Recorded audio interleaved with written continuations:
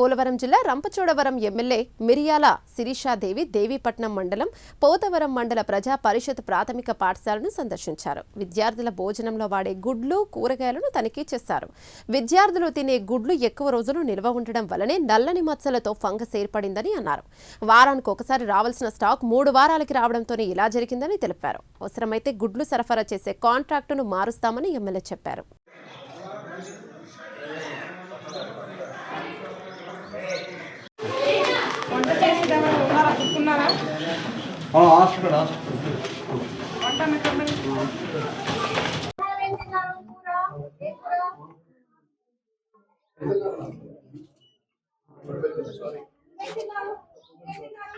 ప్రతి మండలంలో కూడా సేమ్ ఇష్యూ ఉంది.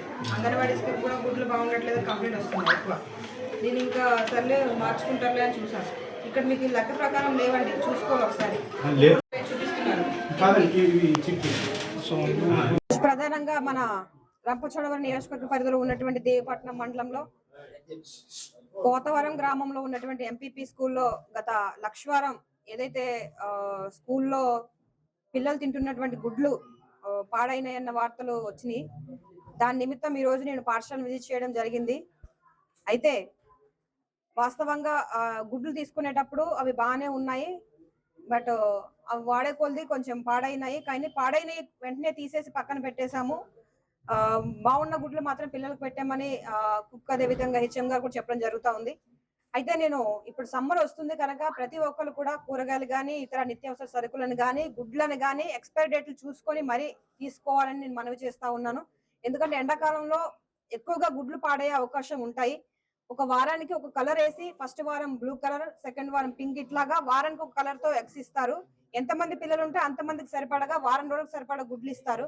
కానీ ఏం జరుగుతుందంటే ఇంత దూరం ప్రతి పాఠశాలకి ప్రతి వారం రాలేమని చెప్పి ఎవరైతే కాంట్రాక్ట్ తీసుకున్నారో ఆ వ్యక్తులు 3 వారాలకి 2 వారాలకు ఒకేసారి ఇచ్చి వెళ్ళిపోతా ఉన్నారు.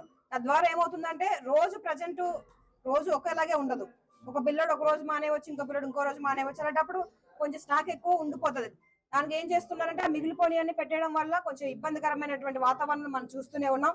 సో నేను ఇప్పుడే ఈ విషయాన్ని చాలా మంది కూడా నాకు చెప్తా ఉన్నారు, ఎగ్స్ పాడవుతున్నాయి, ఈ ఎండాకాలం వస్తుంది, ఇంకా మేము ఇబ్బంది పడాలి, దాన్ని ఎక్కడ స్టోర్ చేసుకోవాలో కూడా తెలియని పరిస్థితిలో ఉన్నాయని చాలా కంప్లైంట్స్ వచ్చినాయి. ఈ విషయాన్ని నేను వెంటనే పిఓ గారికి కూడా తెలియజేయడం జరిగింది. ఒకసారి కాంట్రాక్టర్ తో పిలిచి మాట్లాడతాం, లేదా అవసరమైతే కాంట్రాక్టర్ ని మార్చే ఏర్పాటు కూడా మేము చేస్తామని పిఓ గారు మాకు చెప్పడం జరిగింది. కాబట్టి నేను ప్రతి అంగన్వాడీ టీచర్స్ కానీ స్కూల్స్ లో ఉన్న హెచ్ఎంస్ కానీ ప్రిన్సిపాల్స్ కానీ ప్రతి ఒక్కరికి చెప్పేది ఏంటంటే ఎవరైతే కాంట్రాక్టర్ ఇస్తున్నారో వాళ్ళకి నచ్చిన వాళ్ళ ఐటమ్స్ వాళ్ళకి అయిపోవాలి.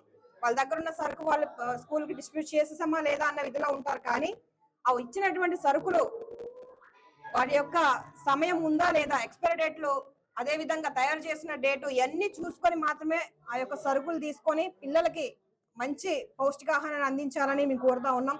ఈ రోజు మీరు చూస్తే లోకేష్ గారు విద్యతో పాటు వారి యొక్క ఆరోగ్యం పైన కూడా మన ముఖ్యమంత్రి గారు లోకేష్ గారు ఎంతగానో కృషి చేస్తున్నటువంటి విషయాలని మీ అందరికీ తెలుసు. కానీ ఇలాంటి చిన్న విషయాల వల్ల కొంచెం పిల్లల యొక్క ఆరోగ్యాలు పాడే అవకాశాలు ఉన్నాయి. కాబట్టి దయచేసి ఎవరైతే ఈ అంగన్వాడీ టీచర్స్ కానీ హెచ్ఎంస్ కానీ ప్రిన్సిపాల్స్ కానీ ఉన్నారో వీళ్ళు దయచేసి ఆ యొక్క ఐటమ్స్ ని బాగుంటేనే మాత్రమే తీసుకోండి, బాగలేకపోతే అవి మాకు వద్దని చెప్పి విడిచిపెట్టాలని దయచేసి మనవి చేస్తా ఉన్నాను. కాబట్టి ఇక నుంచి ఫస్ట్ వార్నింగ్ గా మేము హెచ్ఎం గారికి వార్నింగ్ ఇచ్చి వదిలిపెట్టడం జరిగింది. ఇంకొకసారి ఇలాంటిది రిపీట్ కాకుండా చూసుకోవాల్సిన బాధ్యత ప్రతి ఒక్క మండలంలో ఉన్న ఎంఈఓ గారిది కానీ ఏటీడబ్ల్యూ గారి మీద ఉంటుంది. కనుక వీళ్ళందరూ కూడా తక్షణమే అలర్ట్ అవి ప్రతి స్కూల్లో ఉన్నటువంటి ప్రతి సరుకులు ఏదైతే ఉన్నాయో వాటిని వెళ్ళి పర్యవేక్షించాలని మేము ఆదేశాలు జారీ చేయడం జరిగింది. కనుక మరొకసారి ఇలాంటివి జరగకుండా చూసుకునే బాధ్యత మేము అందరం తీసుకుంటామని తెలియజేస్తా ఉన్నాం.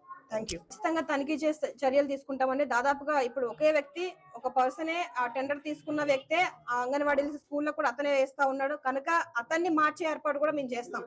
ఒకసారి పిలిచి మాట్లాడతాం, అతని పద్ధతి మార్చుకొని సరైన నాణ్యత కలిగినటువంటి ఫుడ్ అందిస్తే ఓకే, లేదా అతన్ని కూడా మార్చి వేరే టెండర్ కూడా ఇచ్చే ఏర్పాటు మేము చేస్తాం.